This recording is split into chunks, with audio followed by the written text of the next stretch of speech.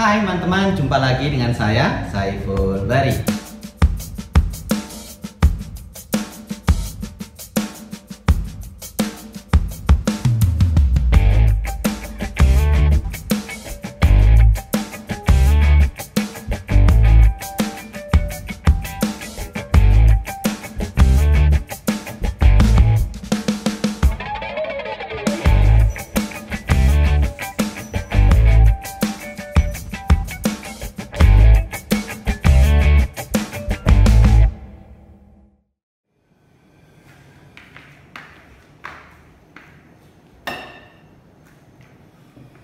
Hai teman-teman, jumpa lagi dengan saya, Saiful Bari.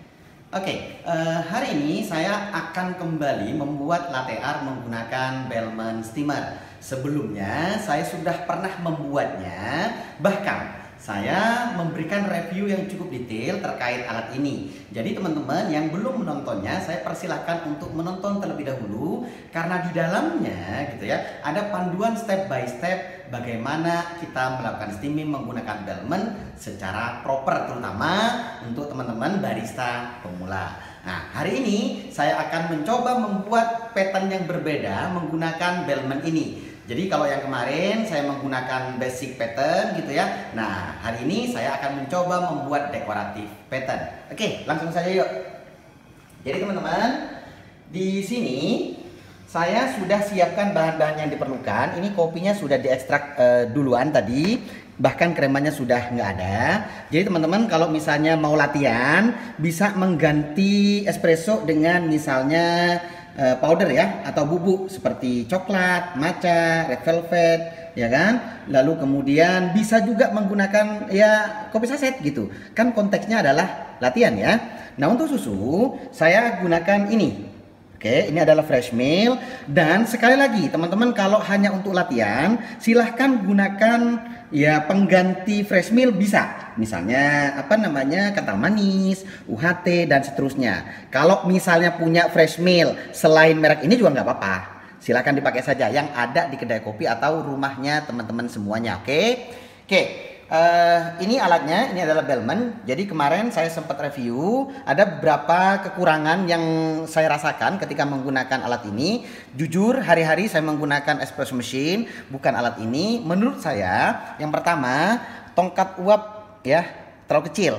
Jadi Bellman ini tongkat uapnya terlalu kecil sehingga agak kesulitan gitu ya ketika melakukan proses steaming, karena nggak bisa dirubah-rubah posisinya. Berbeda kan dengan mesin. Kalau mesin kan selain lebih panjang, lebih besar, bisa dirubah-rubah ya posisinya. Oke.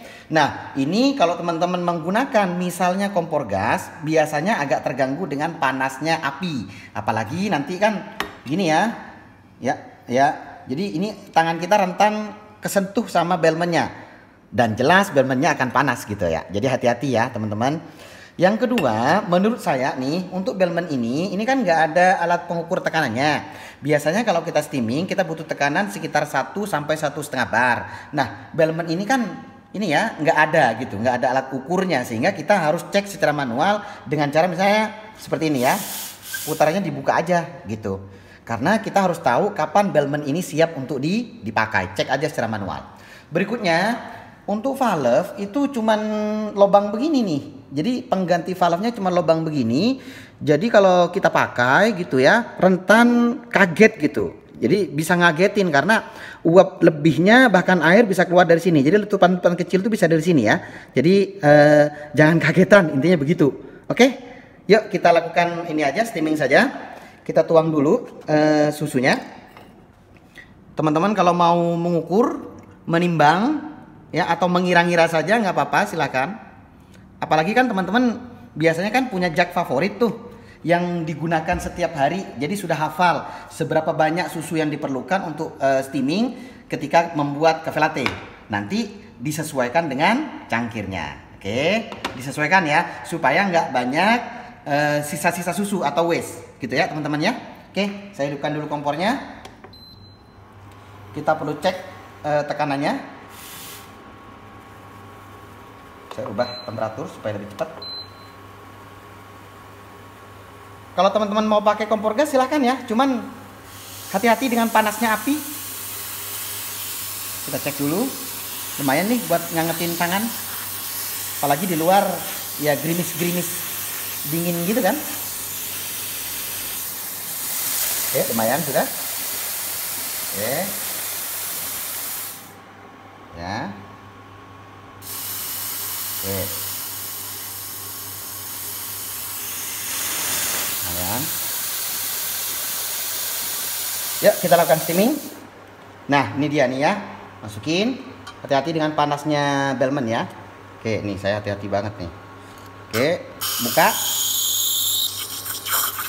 Oke ini namanya stretching, produksi busa foam. Nah tadi ada bubble, sekarang mulai hilang sedikit demi sedikit. Kenapa hilang? Karena terjadi rolling. Jadi ketika kita steaming pastikan yang pertama adalah stretching ya, produksi foam. Indikatornya adalah bunyi desisan ya, bukan desahan. Lalu kemudian susu berputar dan berpusar. Jadi kalau ada gelembungan ya nanti hilang. Nah, yang berikutnya adalah panasnya susu. Saya rekomendasi 55 sampai 65 derajat Celcius. Oke, tuh kan ngagetin kan? Hati. Oke. Oke. Lumayan tuh ngagetin tadi, padahal udah dimatiin ya. Oke. Kita akan coba.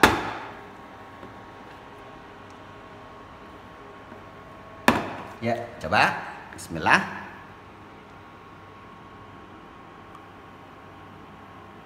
Oke, tuang aja kalau nggak mau putih tinggi. Nah, kalau mau putih dekat seperti ini.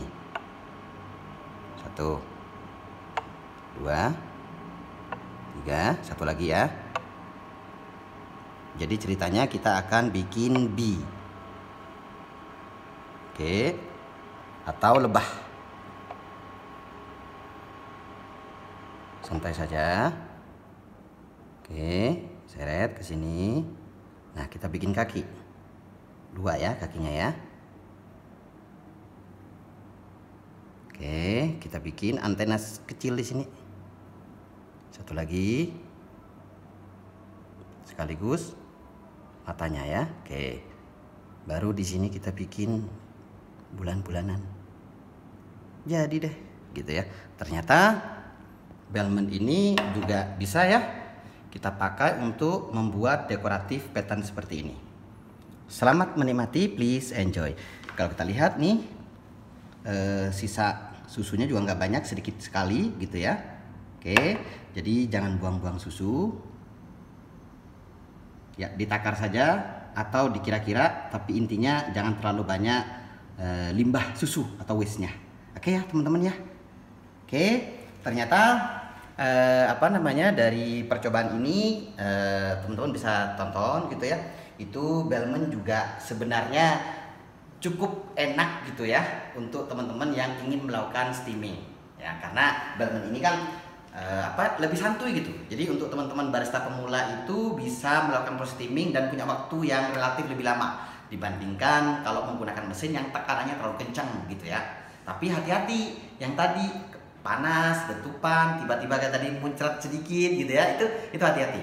Tapi itu anggap saja dinamika supaya kita lebih bergairah lagi ketika membuat latte art. Oke, sampai jumpa ya teman-teman di video berikutnya. Semoga bermanfaat. Terima kasih.